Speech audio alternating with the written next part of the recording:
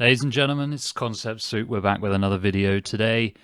Just a quick update. These shots you're seeing now, it's my personal rig. It's up to date. We got the 5950X, we got the 3080 Fans Edition, we got the Uni fans.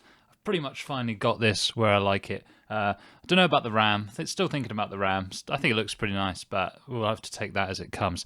But that's not why you're here. You're here today because we're going over me sorting my mate out with a really nice gaming PC. We sold it to him for about 450 quid, and that's really his mate's rates once you see the parts that are going into this one. So without further ado, let's get into those parts right now. So these are some parts that came from a customer trade-in, and that's why we're going to be really getting our best value out of it. So we're not going to be reusing the B450 Asus board that came with it. The chip we're using today is the Ryzen 3300X, a bit of a unicorn. It's the only one I've ever got my hands on. It's the only one I've ever sold, but it is a really cool chip. So I've included a few benchmarks at the end here that you might be interested to see. But yeah, we're not using this board for a couple of reasons. So you'll see the case later on. We're using a micro ATX case, which means that you don't have a whole lot of clearance for the graphics card. So when you're choosing a motherboard from micro ATX, you want one like this B550M Pro-VDH Wi-Fi that we're using today, that has the PCIe, the long slot, the 16X slot, as high up as possible to give enough breathing room for the fans underneath, because those compact micro ATX cases, they don't give you much clearance for airflow on your GPU. So that's why we're ditching the Asus one. Now, we've obviously got the board, we've got some RAM here, we've got some HyperX RAM, 2 lots of 8 making 16 gigs, DDR4 3200 speed. We've also pictured on the left there, we've got the Arctic Freezer 34 eSports, we've got a 1TB NVMe from Western Digital. You see these all the time because I get them for 83 quid per unit, so they're really good value, cheaper than a SATA SSD and much faster. Here we go, graphics card, we have the GTX 1660 Armor.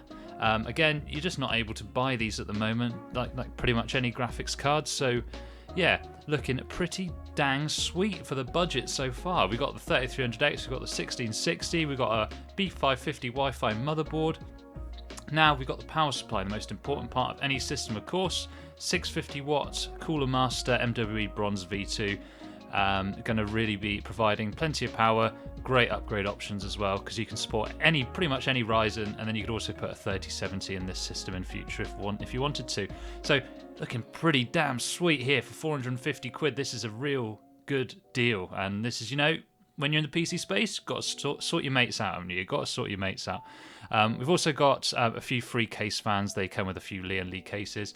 These are nice case fans because they're PWM, and most cases don't come with PWM. They come with the cheap ones, so we'll be chucking those in for good measure. He's not bothered about too much RGB, so we're keeping the cost down there. And as per usual on the channel, let's get a little mini montage going, and we'll see you at the end.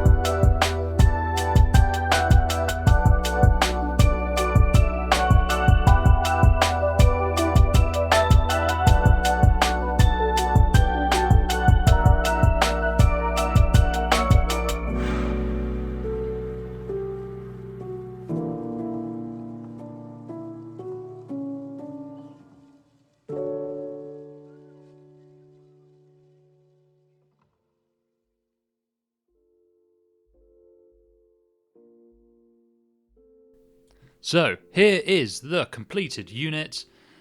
Looks pretty dang nice for a cheap build. This looks sweet. It's the Darklash DLM22 case. You might have seen this. We did a review of the pink version, and I said it's a pretty rubbish case because the airflow is trash, which is true. But for a budget system like this, you don't need amazing airflow. We've got enough fans in there. We've got a nice Arctic cooler on there. This is going to have no problem with temperatures. So enjoy a few shots. Then we're going to get into some benchmarks because, as I said, I don't do a lot of benchmarks normally, but with a 3300X, it's a bit of a special case. So let's look into that now. And let's go through our benchmark results. So our Prime 95, which is our absolute CPU hammer, it's going to really be putting as much load on that CPU as possible. You're going to expect some big temperatures, even on nice cooling. Our max was 96, so that's great. We're not hitting the junction temperature. Awesome. So we know the system is stable. Even after half an hour of the heaviest load you could possibly place on it, it's not going to conk out on you. That's the highest temperature. I usually go for what's called the settle temperature as well. That's about 84, and that's, that's okay. That's fine. Because during gaming, any other kind of tasks that the user is likely to be doing, you're never going to hit this kind of CPU usage, and particularly in this heavy way that Prime 95 does it. It's more of a stability test than a temperature test, and it's passed that fine. OCCT is our graphics card temperature checker of choice, just because I like the timer on it. Consistent results. 72 max on that. That's absolutely fine. The only way to get that temperature down would be really to get a better airflow case, and that would probably bring the CPU temperatures down as well.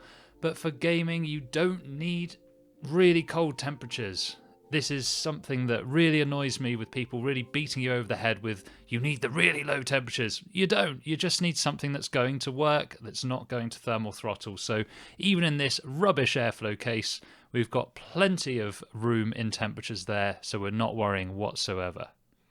Now, I'm not going to go through every single benchmark and talk about it. You can read it on the screen. You don't need me to do that, but let's just talk about Fortnite.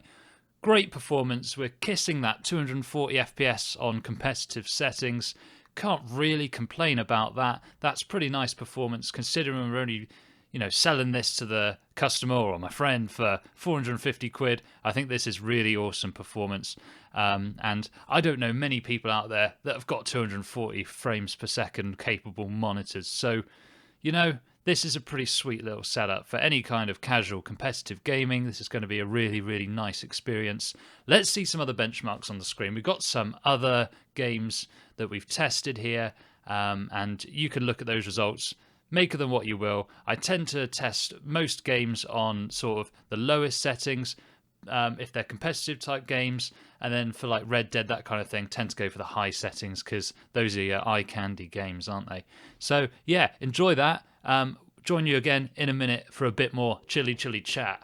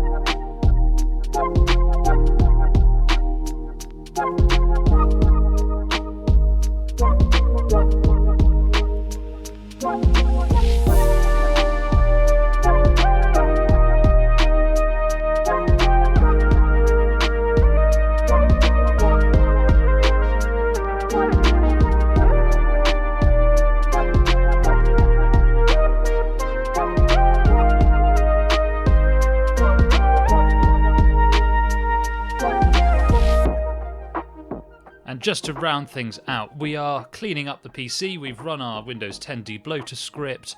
We're uninstalling all the testing suite that we've used, making sure the PC is nice and clean for our buddy to be using with no problems. We've put Discord and Steam on there because I know he uses those. We're looking really, really sweet. And now, a little surprise for him. We're going to be making him a custom wallpaper. This is going to be rough and ready. We're getting a picture of Marcus Phoenix, protagonist, Gears of War, our hero of hearts, war veteran, legend, family man, ladies man, of course. Give him the love hearts, and my god, trying to find a PNG of a love heart without him to sign up for a website is an absolute pain in the ass, but we do it. We're doing it in Paint 3D because we can't afford Photoshop. There we go, lovely love hearts on there. Let's save that.